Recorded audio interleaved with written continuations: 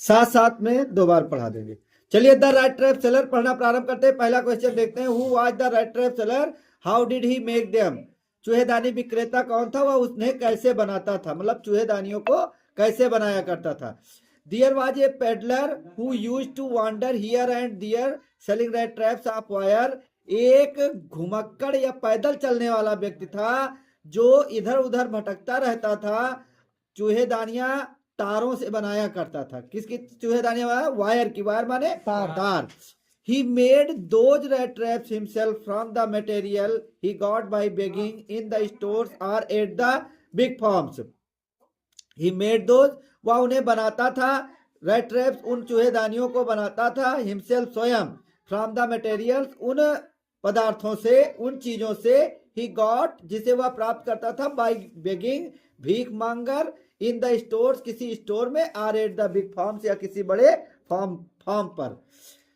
Who gave him shelter for the night and why. दूसरा question है, उसे किसने आश्रय दिया रात्रि भर के लिए और क्यों दिया। इस प्रकार से, एन ओल्ड मैन अर्लियर ये क्राफ्टर एट रामजो आयरन वर्क्स, एक बूढ़ा व्यक्ति जो पहले कभी रामजो आयरन वर्क्स में एक किसान था, गेव हिम शेल्टर ने उसे आश्रय दिया, फॉर द नाइट रात्रि भर के लिए, because that old man was living alone in his हट, क्योंकि वह बूढ़ा व्यक्ति अपने झोपड़े में अकेला रहता था, एंड वाज हैप्पी और खुश था वह, दैट समबडी की कोई केम आया था, दियर वहां, टू गिव हिम कंपनी उसका साथ देने के लिए, एंड डिस्पेल हिज लॉनलीनेस और उसके एकाकीपन को भगाने के लिए।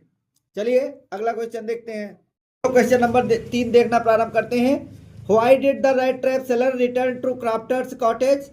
चूहेदानी विक्रेता क्यों वापस लौट आया उस किसान की कुटिया पर।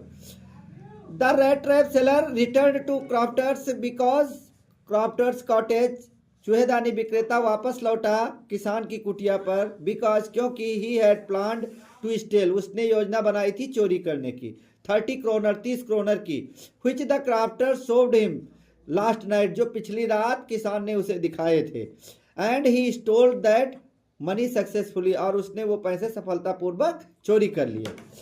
क्वेश्चन नंबर 4 देखते हैं बच्चा।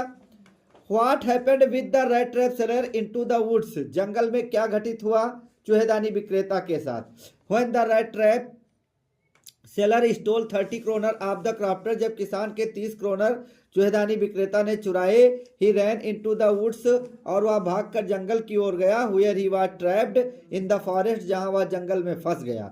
द होल फॉरेस्ट, पूरा जंगल, with its trunks and branches, इसकी शाखाओं और तनों के साथ, इट्स थिकेट्स, इसकी सघनता, एंड फॉलन लॉक्स, और गिरे हुए बड़े बड़े पेड़ों के साथ, क्लोज्ड इन अपॉन हिम, उसके ऊपर बंद हो गए, लाइक एन इम्पेंटेरेबल प्रिजन, एक अभेद जेल की तरह, from which he could never escape, जिससे वह कभी बाहर नहीं निकल सकता था।